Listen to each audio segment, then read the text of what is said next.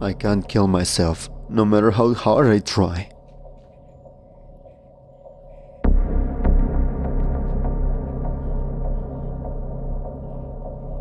I don't know how things got this bad. Well, I do, kinda. The divorce has been taking more of a toll on me than I am ready to admit. 2 kids, 10 years of marriage. And for what? All it led to was me being alone in this shitty empty apartment, flirting with death like she was my new muse. I held on for a long time, for the sake of the children, of course. They kept me going.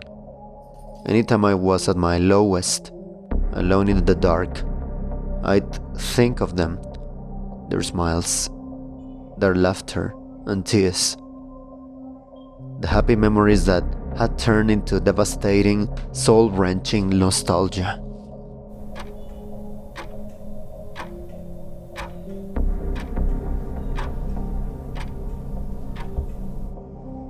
I knew I had a problem, boozing it up every night, blacking out on the couch while my wife cried silently on our bedroom.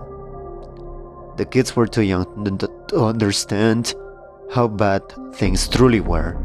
All they knew was Dad came home angry but fell asleep happy, and that Mom came home tired and fell asleep sad.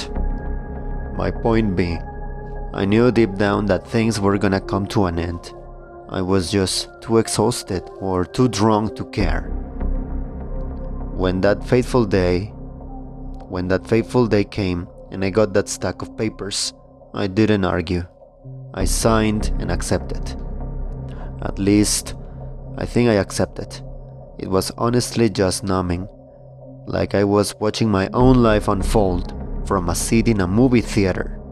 Powerless, but with all the power in the world. Like I said, I was a known drunk. So now I was only seeing my kids every 2 weeks.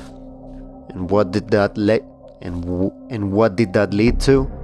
More drinking. It got so bad that I eventually found myself unemployed. Let go because I couldn't suck it up and get it together. Not only could I not pay child support anymore, but I couldn't even see the kids. More drinking. Add a cocktail of medications and a red eviction notice on my front door, and there you have it.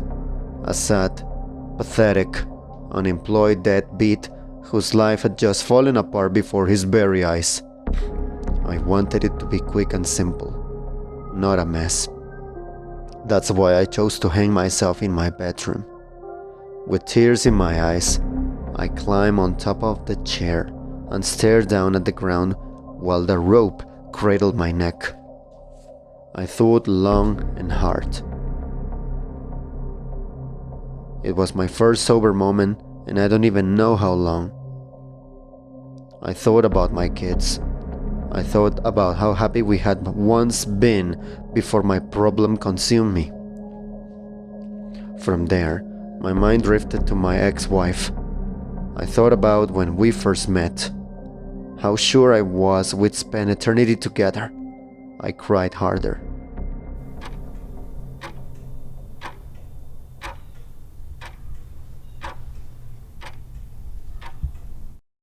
I took one deep breath and held it in my lungs.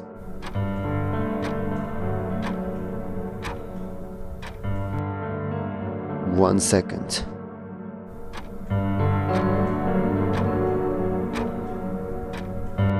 2,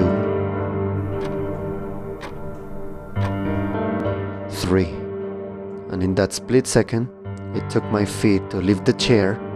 Regret consumed me. My neck snapped. The rope creaked. I watched my feet dangle in the air, side to side, before the world went black. I don't remember much after all. It was like a dreamless sleep, peaceful, carefree. Then the lights came back on, I was suffocating, flailing like a madman while scratching at my throat so violently that blood seeped down into my shirt. As if a cruel trick of the universe, the rope snapped. I didn't land on my feet though. Well, I did. But due to the bone poking out of my neck, my legs collapsed beneath me and left me in a crumpled mess on the floor. The pain in my neck was excruciating. I tried to scream, but the sensation was so intense that it took my breath away. As I lay writhing on the floor, I realized something. There were no longer windows in my apartment. Not only that, but the door was gone too. Pictures of my family, furniture, the television. Everything was gone. I was alone in an empty room. In my disorientation, I hadn't even noticed that my son was standing over me, staring down at me completely expressionless. He reached down and stroked my hair. I begged him to help me, to call 911 and get an ambulance here as soon as he could. Instead of responding, he simply reached to his back pocket, pulled a bottle of whiskey, and started pouring it down my throat, causing me to vomit all over myself. Once the bottle was empty, he let it fall to the ground beside him before stepping away and disappearing somewhere in the apartment. I attempted to turn my head to see where he had gone, but the pain shot through my entire body and made me vomit again. I laid there for what felt like hours, unable to move. The room smelled like smoke. I could feel heat radiating around me, but saw no flames whatsoever. That's when my daughter appeared, staring at me with those same expressionless eyes as my son. Her hands were clasped behind her back. She wore a red bow on her hair and the little princess shoes I had gotten for her on our last Christmas together. She bent down and kissed me on the head. Unlike my son, she actually spoke. I love you, Daddy. She chirped in her cutest little girl voice. I love you, Daddy. She chirped in her cutest little girl voice. Just like her brother, she reached into her pocket and she pulled a bottle of pills.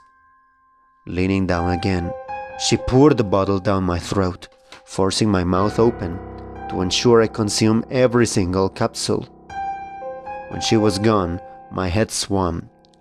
I felt myself spinning. Once again, bile rose in my stomach. I blacked out again. The lights came back on. Now it was my wife standing above me, looking down in disgust and pity, eyes fixated on my vomit-stained shirt. She too spoke to me. 3 little words. That's all it took. Look at you. 3 little words. That's all it took. Look at you. Taking the rope, she fastened the noose around my neck again while I sobbed like a child. She pulled me to my feet with a strength that I had never known she possessed. She began to hoist me higher and higher until my feet dangled beneath me again. All 3 of them looked at me now, each of them staring in utter disappointment. My neck hurt so bad that I begged for death. The suffocation made each second feel like an eternity. Slowly but surely, I began to fade once more. Darkness closing in around my pupils, the lights went out. When they came back on, I found myself staring down at the floor, standing at the top of the chair with a rope around my neck. I took a deep breath and held it.